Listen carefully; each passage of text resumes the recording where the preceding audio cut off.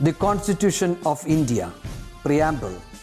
We, the people of India, having solemnly resolved to constitute India into a sovereign, socialist, secular, democratic republic and to secure to all its citizens justice, social, economic and political, liberty of thought, expression, belief, faith and worship, equality of status and of opportunity, and to promote among them all fraternity, assuring the dignity of the individual and the unity and integrity of the nation. In our Constituent Assembly, this 26th day of November 1949, do hereby adopt, enact and give to ourselves this Constitution.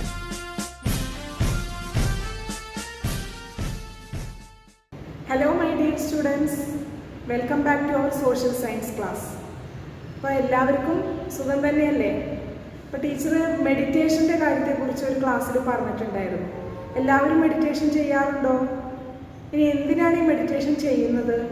Teacher ഒരു കാര്യം പറയാം, ഒരു example പറയാം. അപ്പോൾ അത് വെച്ചിട്ട് നമുക്ക് നോക്കാം. ഓക്കെ, ഒരു ഗ്ലാസ്സിൽ പാലെടുക്കാം, ഒരു ഗ്ലാസ്സിൽ വെള്ളം എടുക്കാം. ഇത് രണ്ടും കൂടി മിക്സ് ചെയ്ത് കഴിഞ്ഞാൽ എന്താവും? ഈ പാലും വെള്ളവും കൂടി ഒന്നിച്ചാവും അല്ലേ? അപ്പോൾ ഇതുപോലെ തന്നെയാണ് നമ്മുടെ മനസ്സിൻ്റെ അവസ്ഥയും. അതായത് കുറേ നല്ല ചിന്തകളും ഉണ്ടാവും, കുറേ ചീത്ത ചിന്തകളും ഉണ്ടാവും. ഇത് രണ്ടും കൂടി കലർന്നു കഴിഞ്ഞാൽ എന്താവും? നമുക്ക് ഒന്നിനും കോൺസെൻട്രേഷൻ കൊടുക്കാൻ പറ്റില്ല അല്ലേ? ഇനി നമുക്ക് ഈ പാലിനെ നമുക്ക് തൈരാക്കിയിട്ട് അത് കടഞ്ഞ് വെണ്ണ എടുക്കാം. അപ്പോൾ ഇത് ചെയ്യണമെങ്കിൽ കുറേ ബുദ്ധിമുട്ടുണ്ട് അല്ലേ? അപ്പോൾ പാൽ ആദ്യം തൈരാക്കണം, പിന്നെ അത് കടഞ്ഞെടുക്കണം അല്ലേ, എന്നിട്ട് വെണ്ണയാക്കി എടുക്കണം. അപ്പോൾ അതിന് കുറേ പ്രോസസ്സ് ഉണ്ട്. അപ്പം അതുപോലെ തന്നെയാണ് നമ്മുടെ മനസ്സിൻ്റെ കാര്യം. നമ്മൾ ഈ വെണ്ണയാക്കി എടുക്കുന്ന ഇത് നമ്മുടെ ചിന്തകളെയാണ്, നല്ല ചിന്തകളെ. അപ്പം നമ്മൾ അതിന് ഇത്തിരി കഷ്ടപ്പെടണം, ഇത്തിരി ബുദ്ധിമുട്ടണം. അതായത് നമ്മൾ ഈ മെഡിറ്റേഷനൊക്കെ ചെയ്ത് അതിനെ നല്ല രീതിയിലേക്ക് കൊണ്ടുവരണം മനസ്സിനെ. ഓക്കെ, അപ്പോൾ ഈ വെണ്ണ എടുത്തിട്ട് വെള്ളത്തിലിട്ട് കഴിഞ്ഞാൽ എന്ത് ചെയ്യും? അത് പൊന്തിക്കിടക്കും അല്ലേ? അപ്പോൾ അതുപോലെ തന്നെയാണ് നമ്മുടെ മനസ്സിലും. ആ നല്ല ചിന്തകൾ മനസ്സിൻ്റെ മുകളിൽ എപ്പോഴും കിടക്കണം, അത് താഴത്തേക്ക് പോകാൻ പാടില്ല. താഴത്ത് എപ്പോഴും എന്തായിരിക്കണം? നമ്മൾ ആവശ്യമില്ലാത്ത കുറേ കാര്യങ്ങളൊക്കെ ഉണ്ട്, അപ്പോൾ അതിനെപ്പോഴും നമ്മൾ താഴത്തേക്ക് കളയുക. നമ്മൾ മുകളിൽ എപ്പോഴും നല്ല കാര്യങ്ങൾ വയ്ക്കുക. അതായത് എപ്പോഴും നല്ല കാര്യങ്ങൾക്ക് ഇമ്പോർട്ടൻസ് കൊടുക്കുക. അപ്പോൾ നിങ്ങൾ എക്സാമൊക്കെയാണ്, അപ്പോൾ പലർക്കും ടെൻഷനും അതുപോലെ തന്നെ എനിക്കത് ചെയ്യാൻ പറ്റിയില്ല, അല്ലെങ്കിൽ ഞാൻ വിചാരിച്ച പോലെ ആൻസർ ചെയ്തില്ല, ഇങ്ങനെ ഒരുപാട് കാര്യങ്ങൾ മനസ്സിൽ ഇങ്ങനെ കിടന്ന് ഓടിക്കൊണ്ടിരിക്കുന്നുണ്ടാവും. അപ്പോൾ നിങ്ങൾ അതിന് കൂടുതൽ ഇമ്പോർട്ടൻസ് കൊടുക്കാതെ മനസ്സിനെ നല്ലതിലേക്ക് കൊണ്ടുവരിക. ആ നല്ലതിലേക്ക് കൊണ്ടുവരണമെങ്കിലോ നമ്മൾ കുറച്ച് കഷ്ടപ്പെടണം. അതായത് നിങ്ങൾ ഡെയിലി എന്ത് ചെയ്യണം? മനസ്സിനെ സ്വസ്ഥമാക്കാൻ വേണ്ടിയിട്ട് മെഡിറ്റേഷൻ ചെയ്യണം. രാവിലെ തന്നെ നിങ്ങൾ കുറച്ച് നേരം മെഡിറ്റേഷൻ ചെയ്യുക. അപ്പോൾ അതിലൂടെ നമ്മുടെ മനസ്സിന് ആ ഒരു കൺട്രോളിങ് കപ്പാസിറ്റി നിങ്ങൾക്ക് കിട്ടും. അപ്പോൾ അതിലേക്ക് നല്ല ചിന്തകൾ നിങ്ങൾക്ക് കൊണ്ടുവരാനും പറ്റും, നിങ്ങൾക്ക് നല്ല കുട്ടികളായിട്ട് പഠിക്കാനും സാധിക്കും. അപ്പോൾ എല്ലാവരും ചെയ്യില്ലേ? Okay, I know everyone is busy with your exams അല്ലേ? എല്ലാവരും ഇപ്പോൾ എക്സാമിൻ്റെ തിരക്കിലായിരിക്കും. Yes, prepare well and get good marks. I am very happy to tell you that all of you have done all your social science exam. It was far better than last time's examination. Good, keep it up and congratulations to all. Today, let us continue with the chapter Changes Wrought by Iron. In the previous class, we learned about the Vedic and non-Vedic period, the lifestyles of Aryans and so on. Now, let us learn more about this. അല്ലേ? കഴിഞ്ഞ ക്ലാസ്സിൽ നമ്മൾ ആര്യൻസിനെ കുറിച്ചും Vedic പീരീഡിനെ കുറിച്ചും non Vedic പീരീഡിനെ കുറിച്ചൊക്കെ നമ്മൾ പഠിച്ചു. അപ്പോൾ ഇനി നമുക്ക് അതിനെക്കുറിച്ച് കൂടുതൽ ഡീറ്റെയിൽ ആയിട്ട് പഠിക്കാം. Okay, the period that followed Rigvedic is known as later Vedic period. The Aryans whom we had learned earlier reached the Gangetic plain in the later Vedic period. Do you know what Gangetic plain is? The Gangetic plain or valley is the area surrounding river Ganga. അതായത് ഗംഗാ നദിയുടെ ചുറ്റുഭാഗത്ത് കാണപ്പെടുന്ന പ്രദേശമാണ് എന്ത് Gangetic plain അല്ലെങ്കിൽ Gangetic valley എന്ന് പറയുന്നത്. Do you know why the Aryans moved to the Gangetic plain? It was because of the conflict or quarrel between the different tribes, emergence or arrival of new tribes and increase in population that the Aryans moved to Gangetic Plain. അപ്പോൾ Aryans എന്തിനു വേണ്ടിയിട്ടാണ് Gangetic പ്ലെയിനിലേക്ക് പോയത്? എന്തുകൊണ്ടെന്നാൽ അവിടെ എപ്പോഴും എന്ത് നടന്നിരുന്നു? കോൺഫ്ലിക്റ്റ് നടന്നിരുന്നു. അപ്പോൾ അവര് എന്ത് ചെയ്തു? അവിടെ നിന്ന് വേറെ സ്ഥലത്തേക്ക് മാറി താമസിച്ചു. Children, which are the present states across this Gangetic Plain? Yes, Bihar, UP, UP means Uttar Pradesh, and West Bengal. Now, let us learn about the features of this Gangetic Plain. നമുക്കിനി Gangetic Plainന്റെ കൂടുതൽ ഫീച്ചേഴ്സിനെ കുറിച്ച് അല്ലെങ്കിൽ സവിശേഷതകളെ കുറിച്ച് നമുക്ക് പഠിക്കാം. Okay? We could find dense or thick forest in this Gangetic Plain. The soil is fertile, alluvial soil, and this area experiences plenty of rain. Aryans used tools made of copper and bronze, but when they arrived in this Gangetic Plain, they found it difficult to clear the trees and dig the hard soil using these tools for their settlement. അതായത് Aryans ഈ മണ്ണിലേക്ക് അല്ലെങ്കിൽ Gangetic പ്ലെയിനിലേക്ക് വന്നതിന് ശേഷം അവര് അവിടെ സെറ്റിൽ ചെയ്യാൻ ആരംഭിച്ചു. അപ്പോൾ അവർക്ക് അവിടെ കൃഷി ചെയ്യണം. അപ്പം അതിന് അവർ യൂസ് ചെയ്തിരുന്ന ടൂൾസ് ഏതൊക്കെയായിരുന്നു? Copper and bronze. Metals copper and bronze ആയിരുന്നു യൂസ് ചെയ്തിരുന്നത്. പക്ഷെ അതുകൊണ്ട് അവർക്ക് അവിടെ മണ്ണ് കുഴിച്ചെടുക്കാനൊക്കെ ബുദ്ധിമുട്ടായിരുന്നു. അപ്പോഴാണ് അവർ വേറെ ഒരു മെറ്റലിനെ കുറിച്ച് ചിന്തിക്കാൻ തുടങ്ങിയത്.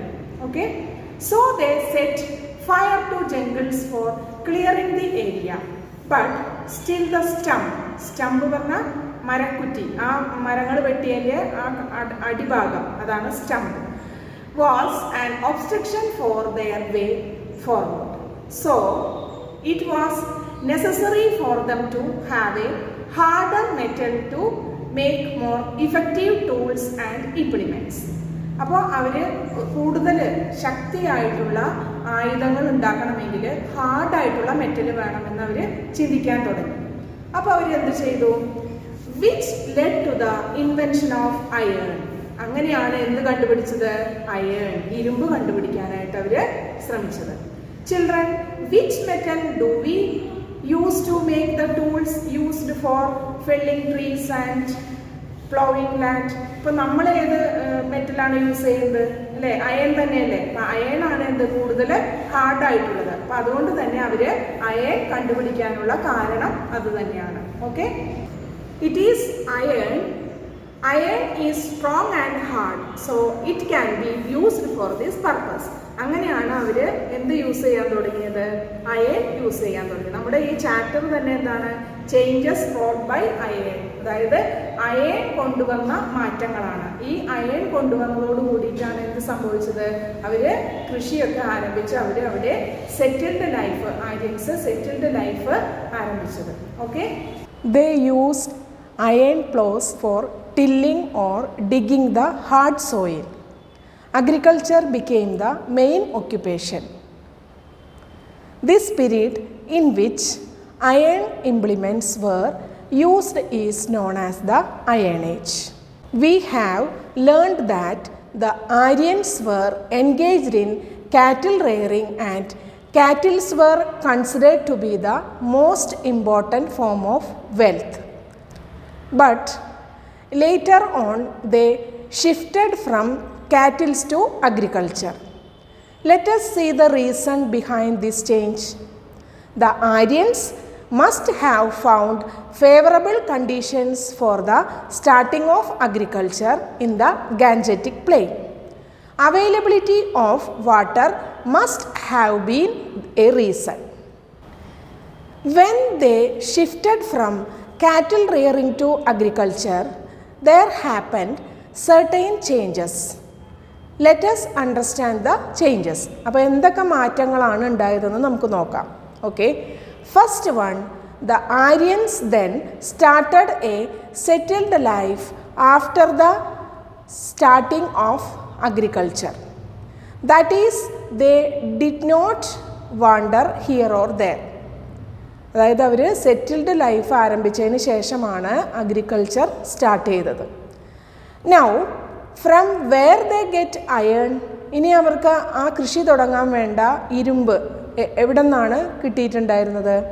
The Gangetic plain was rich in iron ore deposit. When iron was invented, people started making harder weapons and implements. Now, they could easily clear the jungles with these iron implements. Second reason, there was increase in agricultural production. ഇനി അവർക്ക് ഈ അയണൊക്കെ കണ്ടുപിടിച്ചതിന് ശേഷം agricultural production increase ചെയ്തു. Okay. Next one, there was exchange of surplus production. ഇനി ഈ production increase ചെയ്ത് കഴിഞ്ഞാൽ അവരെന്ത് ചെയ്തു? അവർ എക്സ്ചേഞ്ച് ഓഫ് സർപ്ലസ് പ്രൊഡക്ഷൻ, അധികമുള്ള ഉൽപ്പന്നങ്ങൾ അവർ എക്സ്ചേഞ്ച് ചെയ്യാൻ തുടങ്ങി, അങ്ങോട്ടും ഇങ്ങോട്ടും കൈമാറ്റം ചെയ്യാൻ തുടങ്ങി. They started exchanging good for goods because there was surplus agricultural products. Surplus എന്ന് പറഞ്ഞാൽ എന്താ? മിച്ചം, അതായത് കിട്ടിയത് കൂടുതൽ കിട്ടുക, അവർക്ക് ആവശ്യത്തിൽ കൂടുതൽ ഉണ്ടായിരുന്നു ഉൽപ്പന്നങ്ങൾ.